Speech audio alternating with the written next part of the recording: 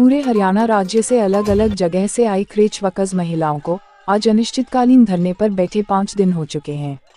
परंतु प्रशासन की अगर हम बात करें तो अभी तक इन महिलाओं को किसी तरह का भी आश्वासन नहीं मिला है। यह सब महिलाएं अपना घर बाहर छोड़कर अपनी मांगों के लिए लगातार 5 दिन से सरकार व प्रशासन के खिलाफ नारेबाजी कर रही हैं। आज के प्रदर्शन में पहुंची सीटू जिला प्रधान रमा ने कहा कि सरकार समय रहते इनकी जायज मांगे मान ले, वरना हम महिलाओं द्वारा फिर से एक बड़ी संख्या में आंदोलन किया जाएगा। धरने पर बैठी महिलाओं ने एक बड़ी ही चिंताजनक बात कही कि हम सब महिलाओं को धरने पर बैठे बैठे मरना भी पड़े तो मरेंगी, लेकिन हमें पीछे हटना मंजूर नहीं होगा। इन सभी महिलाओं में एक महिला मोनिका, जो कि रोहतक जिले से आई हुई थी और जिसके दिल में छेद होने की वजह से सीने में दर्द उठा, लेकिन वह भी प्रदर्शन छोड़कर जाने को तैयार नहीं हुई, बल्कि उसने कहा कि हम सब महिलाएं 80 केंद्रों से आई हुई है और हमारी सबसे बड़ी समस्या किराए और तनख्वाह को लेकर बनी हुई है।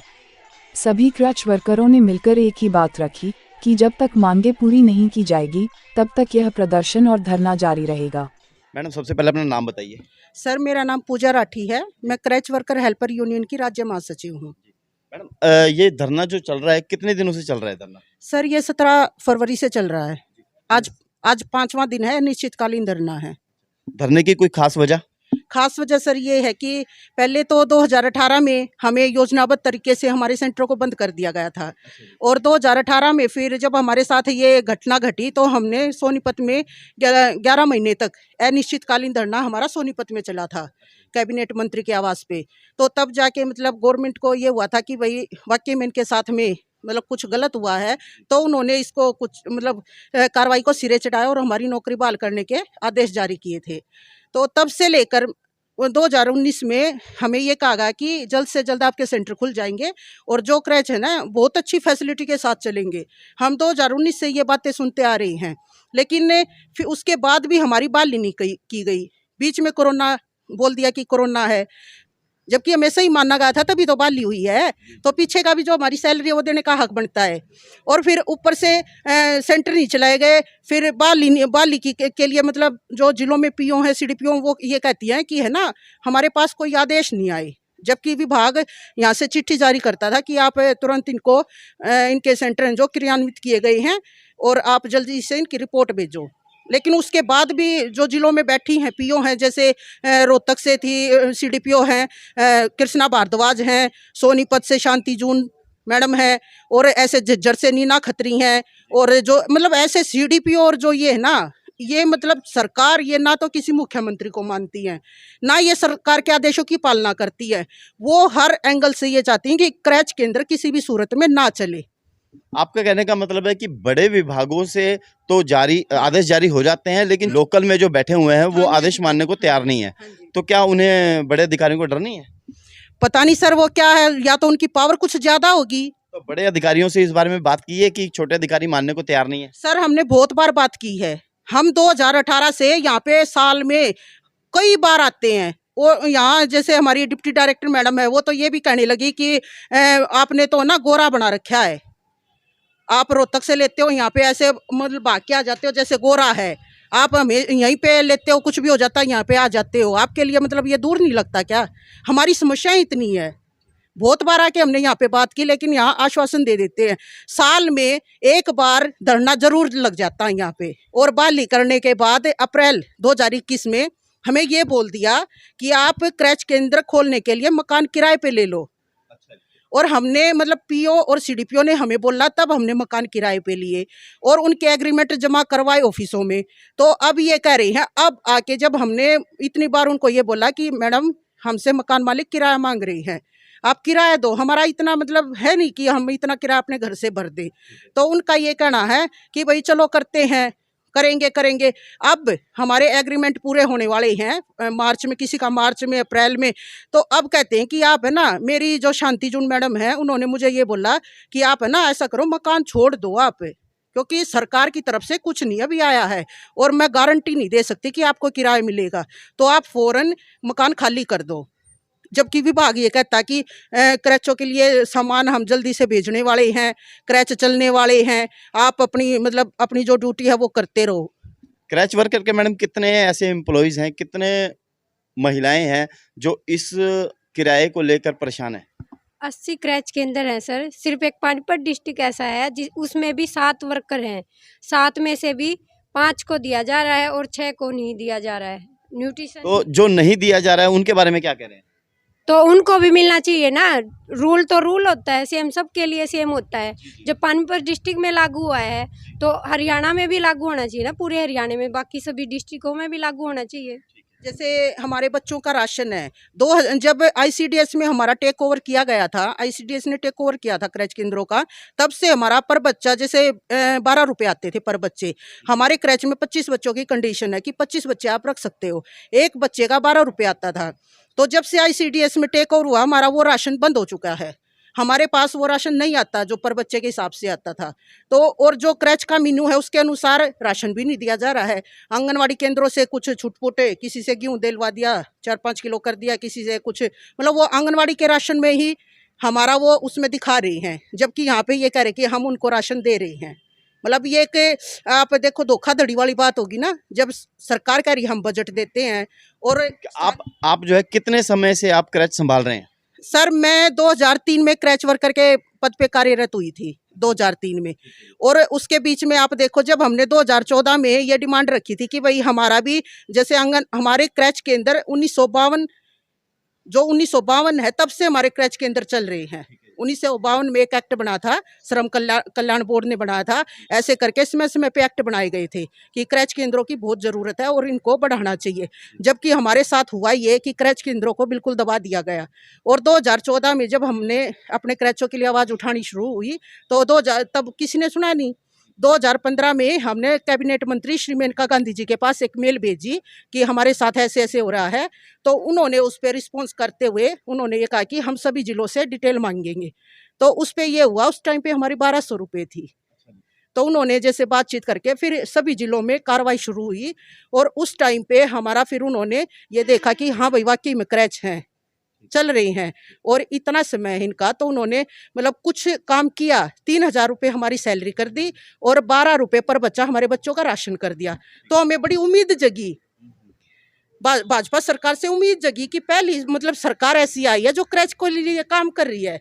लेकिन हमारे साथ तो पता नहीं मतलब बात ये आ गई कि आंगनवाड़ी केंद्र हैं जो उनके बच्चों का 8 रुपये है, क्रैच के बच्चों को 12 रुपये क्यों दे रहे हैं। मतलब ये ऐसी मतलब वो खुंदक पैदा होगी जमीन उस पे स्थानीय अधिकारियों के द्वारा। तो उन्होंने एक योजनाबद्ध तरीका बनाया। हम पहले हमारे बच्चों का राशन बंद कर दिया, फिर ये दिखा दिया कि इनके पास बच्चों को ये कह के टेक ओवर कर लिया कि आपको आंगनवाड़ी में कन्वर्ट कर दिया गया है, आप आंगनवाड़ी आपके अलग से लोकेशन देंगे, आप ये बच्चे इसमें चढ़वा दो। उस टाइम पे इतना ज्ञान नहीं था लड़कियों को कि ऐसा धोखा भी हो सकता है। फिर उन्होंने ऐसी रिपोर्टें बना दी कि इनके पास तो बच्चे ही नहीं है, सेम बच्चे हैं। ऐसे करके प्री प्लान तरीका होता है ना, ऐसे केंद्रों को बंद कर दिया उन्होंने। तो समस्याएं बहुत गहरी हैं सर। मेरा नाम रमा है, CITU की जिला प्रधान पंचकुला। इनकी मांगों को लेके मैं जिला पंचकुला की तरफ से तहे दिल से धन्यवाद भी करती हूँ, इनकी क्रांति को सलाम करती हूँ और इनकी मांगों की मैं बहुत ज़्यादा समर्थन करती हूँ। और हमारी आगे जिला कमेटी सारी हम मीटिंग करके और जल्दी से बातचीत अगर अधिकारियों ने नहीं करी, इनके मांगों को नहीं माना गया तो आगे के लिए हम कोई और भी फैसला लेंगे, जिससे अगर कुछ भी होता है तो ये अधिकारी जिम्मेदार होंगे। दूसरी बात मैं ये सरकार से अपील करना चाहती हूँ, देश के माननीय प्रधानमंत्री से, कि 2014 में जो घोषणा पत्र में वादे किए थे वो वादों को याद करें। हमारी कोई सरकार से लड़ाई नहीं है, सिर्फ हमारे हक अधिकार की लड़ाई है। दूसरी बात, अभी आंगनवाड़ियों का काफ़ी जोड़ हड़ताल चल रही है, आशाओं की भी हड़ताल चल गई, क्रैच वर्करों की भी हड़ताल चल गई। अब ये जितने भी स्वास्थ्य कर्मचारी हैं अब उनकी भी हड़ताल चलने वाली है, क्योंकि इस सरकार ने ये कहा है कि सिक्योरिटी गार्ड को हटाएंगे, होम गार्ड को लगाएंगे। तो इस कारण अब स्वास्थ्य विभाग की भी हड़ताल जारी होगी, जिसकी जिम्मेदार हरियाणा सरकार होगी। आज 4 दिन हो गए, 5वां दिन है, ये बहनें अपनी मांगों को लेके यहाँ बैठी हैं, लेकिन बार बार आश्वासन अधिकारियों से ये आता है, डायरेक्टर मैडम से बात करवा देंगे, आपकी मांगें मान ली जाएंगी। मैं ये कहना चाहती हूँ इस मीडिया माध्यम के चैनल से कि इन बहनों को रात के समय अगर कोई दिक्कत हो गई, इतनी इतनी जिला डिस्ट्रिक्टों से दूर से आई हुई हैं, इसका जिम्मेदार कौन होगा। इसलिए मैं अपील करना चाहती हूँ ये अधिकारियों से जल्द जल्द कमेटी को बुला के बातचीत करी जाए, इनकी बहाली कराई जाए, जो भी इनकी डिमांडें, जो भी इनकी मांगें हैं उनको पूरा करा जाए। इनकलाब जिंदाबाद। धन्यवाद। 25 मार्च 2021 को विभाग से एक चिट्ठी जारी की गई सभी जिलों में कि सभी क्रैच केंद्रों को मतलब नई लोकेशन पर क्रियान्वित किया जाना है। आप फौरन उनकी बात मतलब वो करते हुए चलवाते हुए इनकी रिपोर्ट कार्यालय को भिजवाएं। लेकिन वहाँ पे हुआ क्या कि उन्होंने उसको अमल में नहीं लेके आया, कोई प्रूफ हमारे हाथ लग गया। हमने उसको लेते हुए हमने सभी जिलों में हमने कॉन्टेक्ट किया पीओ CDPO से कि ऐसे ऐसे मैडम चिट्ठी आई हुई है और हमारे सेंटर कब तक खुल जाएंगे। तो पहले तो उन्होंने जैसे बोले कि नहीं ऐसे है नहीं, आप दिखाओ कहाँ आपके पास प्रूफ। हमने दिखाया तो बोले अच्छा आपके पास किसने भेजा है। तो मतलब कुछ ने तो ऐसी जिद लगा ली, बोले कि नहीं अभी तो ना कोरोना है, कोरोना में बहाली नहीं होती। जबकि विभाग खुले हुए थे, ऑनलाइन काम चल रहा था, जबकि कोई नई भर्ती का प्रोसीजर स्टार्ट थोड़ी था कि उसमें समय लगेगा। बहाली थी, बहाली तो ऑनलाइन में कोई ये नहीं कि ज्वाइनिंग करवानी है ये करवाना। लेकिन फिर भी उन्होंने हमारे साथ एक मतलब ये किया कि आप ना ऐसे ज्वाइनिंग लेटर लेके आओ, ज्वाइनिंग लेटर लिखो, ऐसे करो वैसे करो। सभी जो 80 क्रैच वर्करें थी इनकी बहाली भी एक डेट में नहीं हो रखी। किसी की अप्रैल में हुई है, किसी की जुलाई में हुई है, किसी की अगस्त में हुई है। तो मतलब ऐसे करके उन्होंने अब जब सैलरी हमारी अप्रैल से विभाग की तरफ से भेज रखे डिस्ट्रिक्टों में, और उनको किसी को तो अगस्त से मिली है, किसी को जुलाई से मिली है, किसी को मिली ही नहीं है। तो ये एक मतलब भ्रष्टाचारी कह सकते हैं इसको, और क्या नाम दें हम। और नहीं सर मेरा नाम सीमा है, मैं जिला जींद से जुलाना ब्लॉक से हूँ। हमारे उसमें वर्करा की तो सैलरी 15 अप्रैल से दी गई है और हेल्परा की 1/9 से दी गई है। उनकी सैलरी उनके पीछे से नु कहे हम नहीं देंगे, इनके साथ इनकी ज्वाइनिंग होनी थी। और किराए की दिक्कत है, किराए वाले कहते हैं या तो हमारा किराया दे देना, नहीं तो तुम्हारी पुलिस कंप्लेन करेंगे। और फिर हम मैडम से बात करें तो ये बोलते हैं कि ये किराया कमरे छोड़ दो, कमरे तभी छोड़े। उनके पास हमारे लिए प्रूफ है, ज्वाइनिंग की फोटोकॉपी ले रखी है। अतिशय उसमें हमने दिक्कत होगी, पुलिस कंप्लेन कर देंगे तो हम कहाँ से तो किराया देंगे। हमारी तो इतनी सैलरी भी नहीं है कि हम अपने सैलरी में से कुछ उनका किराया दे दे, कुछ हमारे पास रुक जाए। उसमें तो उनका किराया भी पूरा नहीं होता। आप बताओ हम कहाँ से किराया दें। मेरा नाम कृष्णा देवी है, मैं राज्य प्रधान हूँ, मतलब हरियाणा से। हाँ, आप कहाँ से हैं? मैं सोनीपत से हूँ। तो सोनीपत जिले में जी मतलब वो तो मतलब ये PO CDPO सुपरवाइजर मतलब मीठा मीठा बोल रहे हैं, लेकिन काम नहीं कर रही। हमारा जुलाई से हमारी अप्रैल मतलब ज्वाइनिंग लिखित में करवा दी, जबकि हमारी ज्वाइनिंग तो होनी नहीं थी। हम तो बहाली हुए थे, अप्रैल से हमारी पे मिलनी थी। जुलाई के भी 5 दिन उन्होंने हमारे पे के काट लिए। 3000 हमारी पे है, उसमें तो भी काट लिए। मतलब आपके 3 महीने की तनख्वाह नहीं मिली? हाँ, 3 पीछे की 3 महीने की नहीं मिली, फिर और आगे की भी नहीं मिली है। मकान का जो किराया है सबसे बड़ी मेन प्रॉब्लम है हमारे ऊपर। किराए वाले मकान वाले ये बोल रहे हैं या तो किराया दे दो या फिर हम अपनी मतलब 80 के 80 केंद्र की जो मेन समस्या है वो सिर्फ किराए को लेकर है कि किराया नहीं मिल रहा है। हाँ, किराया नहीं मिल रहा जी। नमस्कार जी, मेरा नाम राजबाला है और मैं गांव पलड़ी से हूँ जी। और ये है जी हमारे पानीपत डिस्ट्रिक्ट में जी 7 क्रैच वर्कर हैं जी, जिनमें से 5 का तो मतलब सेंटर खुले हुए हैं, उनको किराया भी दे रहे हैं, राशन भी दे रहे हैं। और मेरा एक ऐसा सेंटर है गांव पलड़ी में, किसान भट्टा का, जो मैंने दिया था अपनी लोकेशन, वहाँ पे जी कोई सिक्योरिटी नहीं है, कोई मकान नहीं है। मकान वाला ज़्यादा किराया मांग रहा था, ये बोल रहा था भाई हम सभी सुविधाएं दे देंगे, आप हमें ज़्यादा एडवांस दे दो, 1 लाख या 50,000। अगर हमारे पास इतना पैसा उनको देने के लिए हो तो हम ये 3000 की नौकरी क्यों करें जी। हमें सिर्फ तनख्वाह मिल रही है जी जुलाई से। उसके बाद में हमें कोई लोकेशन नहीं दी गई। PO मैडम के द्वारा जब सभी जिले में एक समान क्यों नहीं नियम लागू हो रहे जी। सिर्फ मेरे को लोकेशन नहीं मिल रही है, बाकी पानीपत डिस्ट्रिक्ट में सभी को लोकेशन मिली हुई है। सर मैं पानीपत अर्बन से हूँ। बाकी हमारे पानीपत में 7 सेंटर हैं, क्रैच वर्कर हैं। मैं अनीता हूँ और मेरी जो संगीता सुपरवाइजर है, मैं मानसिक तरह से टॉर्चर कर रही है और तरह तरह के वो मतलब हमें मतलब जो भी गाइड किया जाता है 5 सेंटरों को, जो भी काम होता है वो हमारे साथ नहीं हो रहा है। मानसिक तरह से हमें टॉर्चर कर रही है। और बाकी जो हम जैसी मतलब एक मेहनत कसी जो बहनें हैं, जो हम जैसी हम क्रैच वर्कर को लगाया जाए, ऐसी सुपरवाइजर को पद से हटाया जाए। मैं मोनिका की हेल्पर हूँ और रोहतक ब्लॉक सापला की रहने वाली हूँ। और मेरी ज्वाइनिंग वैसे तो सभी की ज्वाइनिंग अप्रैल से हुई है, पर मेरी ज्वाइनिंग अक्टूबर से कराई गई है। पहले जुलाई से करवाई थी, पर उसके कागज आगे जमा नहीं करवाए। अब उन्होंने अक्टूबर से जमा करवाई है और अब तक उन्होंने मेरे को 1 रुपया भी नहीं दिया है। मैं लगभग 5 महीने हो गए हैं। आपका कहने का मतलब आपको कोई तनख्वाह अभी तक सरकार की तरफ से नहीं दी गई? हाँ जी, सरकार की तरफ से मेरे को कोई भी तनख्वाह नहीं दी गई है और काम हमसे लिए जा रहा है, काम करवाते हैं, बुला लेते हैं। मैं मोनिका सापला ब्लॉक जिला रोहतक की क्रैच वर्कर हूँ। मेरी वैसे तो अप्रैल से ज्वाइनिंग के लिए लेटर आ गया था। मैं जब भी बार बार जाती रही तो मेरी ज्वाइनिंग नहीं करवाई। मेरी ज्वाइनिंग बाई हैंड यहाँ पंचकुला में आकर पूजा राठी मैडम के साथ 7/7/2021 को लेटर लेके गए और मैडम को बाय हैंड सुपरवाइजर और सीडीपीओ को दफ्तर में जाके पकड़ाया। तो मेरी 8 तारीख 7/2021 को डीपीओ ऑफिस में रोहतक में मेरी ज्वाइनिंग करवाई गई। उस जुलाई में जैसे मेरी ज्वाइनिंग हुई, उसके 3 महीने बाद मेरी सैलरी आई।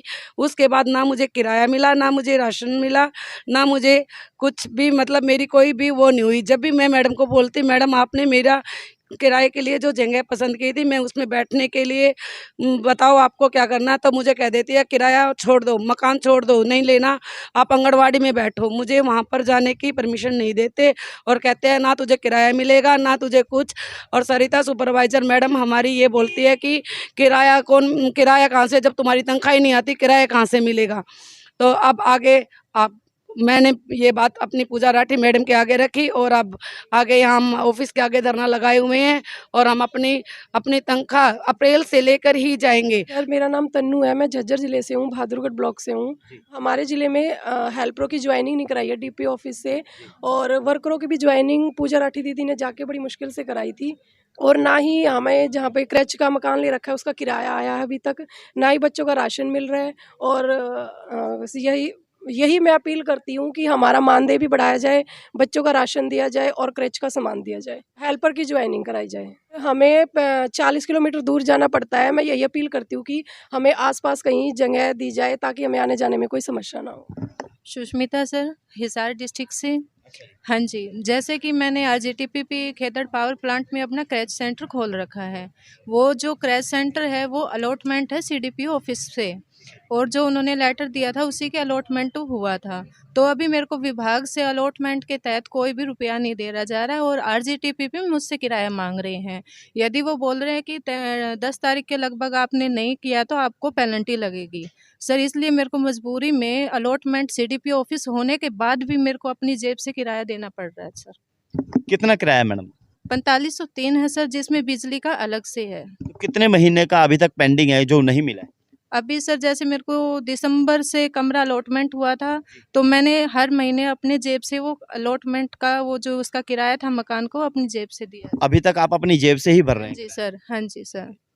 सरकार से हम यही कहना चाहते हैं कि मैटरनिटी एक्ट के तहत हर बच्चे का हक है क्रैच का, और यदि आपको ऐसे ही क्रैच चलाने हैं तो आप सुचारू रूप से हमारे 80 या 183 क्रैच सेंटर उनको चलाए, उनको अच्छे से सामान दिलवाए, राशन दिलवाए। ऐसे किसी भी बच्चे की ग्रोथ मॉनिटरिंग नहीं होगी जिस तरीके से आपके ये क्रैच चला रहे हैं। एक तो समस्या ये है कि अप्रैल 2021 से हमें मकान लेने के लिए बोल दिया गया, हमने मकान ले लिए।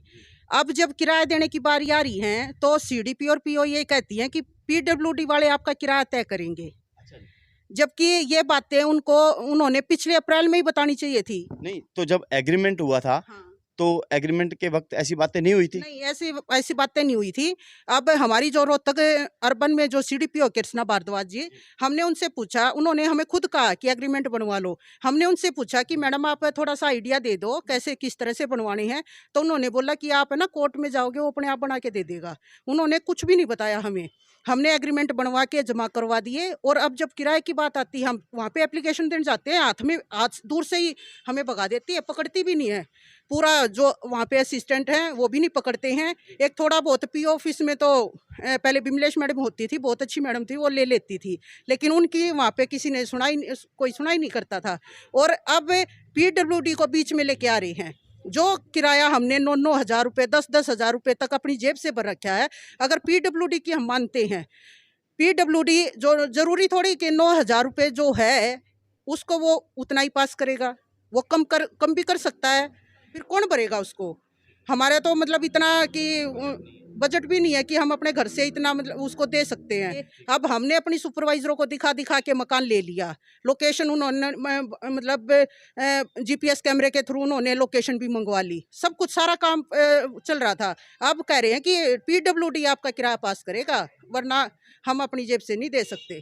तो एक ये समस्या है। और फिर दूसरी ये है, जिन लड़कियों ने मकान देखे उनमें कुछ कमियां निकल आई, तो सुपरवाइजर हैं कुछ जो जाके लोकेशन देख रही थी, उन्होंने मकान मालिकों को बोला कि आपका जैसे ये इस दीवार पे ये ठीक नहीं है, आप इसको थोड़ा सा इसकी मरम्मत करवाओ, ये आपकी जैसे टूटी खराब है, आप इसकी थोड़ी सी मरम्मत करवाओ, ऐसे करवाओ। मतलब उन्होंने इस तरह करके मकान मालिकों का भी पैसा लगवा रखा है। मतलब जिले के सुपरवाइजर के मुताबिक ही लोकेशन तय की गई है, जिले के सुपरवाइजर के मुताबिक ही घर के अंदर की सारी जो व्यवस्थाएं हैं वो बनाई गई है, रिपेयरिंग की गई। और अब जब मकान मालिक बार बार ये कह रहा है कि भाई जिन्होंने जैसे मकान किसी ने ये बोल रखा है कि हमारे पास, मैं इतनी गरीब हूँ, मैं आपको 1 रुपया भी नहीं दे सकती, विभाग जब पैसा भेजेगा मैं आपका पूरा पैसा दे दूंगी। तो अब इस मौके पे कह रहे हैं कि आप जगह छोड़ दो। तो मकान मालिक को जब ये बातें बोली गई तो मकान मालिक को तो गुस्सा आएगा, उसने पैसा लगा रखा है और अब मना कर रहे हैं, तो वो कहता है कि हम आपके ऊपर कंप्लेंट करेंगे, पुलिस केस करेंगे आपके ऊपर, आपने हमारे साथ धोखा किया है। पहले आपने मतलब ले लिया, एग्रीमेंट बनवा लिया, अब आप मना कर रहे हो। अब हम घर में जाने के लायक भी नहीं है, भगा दिया उन्होंने हमें, मजबूरी में बैठे यहाँ पे, जब तक समस्या का समाधान नहीं होगा यहीं बैठे हैं। अगर सरकार नहीं मान रही है, ये सोच रही है कि ये थोड़ी सी संख्या है, ये ऐसे ही रो पीट कर चली जाएगी, तंग होके चली जाएंगी। अपने शहर से इतनी दूर बैठी हैं ये, कोई रोहतक से है, कोई झज्जर से है, कोई रेवाड़ी से है, कोई जींद से है, सोनीपत से है, पानीपत से, ये इतनी दूर बैठी हैं आके, तो ये यहाँ पे ज़्यादा दिन नहीं रुक सकती। अगर सरकार के मन में इस तरह की बातें हों तो हम सरकार को ये कह रहे हैं कि आप सोनीपत में क्रैच वर्कर हेल्पर यूनियन का जो अनिश्चितकालीन धरना चला था 2018 में, उसको एक बार याद कर लेना। हम थोड़े बहुत हैं, यहाँ से हमारी लाशें ही जा सकती है, हम खाली हाथ नहीं जाएंगे। तो आप देख सकते हैं किस तरह से हरियाणा सरकार से परेशान होकर क्रैच वर्कर अनिश्चितकाल धरने पर बैठी है, और ये सब महिलाएं हैं, अपना घर बाहर बच्चे सब कुछ छोड़कर एक जिले से दूसरे जिले में आकर अनिश्चितकालीन धरने पर बैठी है, और ये धरना जब तक जारी रहेगा इनके मुताबिक, जब तक इनकी मांगें पूरी नहीं हो जाती। कैमरामैन के साथ आनंद गोयल, इंडिया न्यूज़ 24/7 लाइव से, धन्यवाद।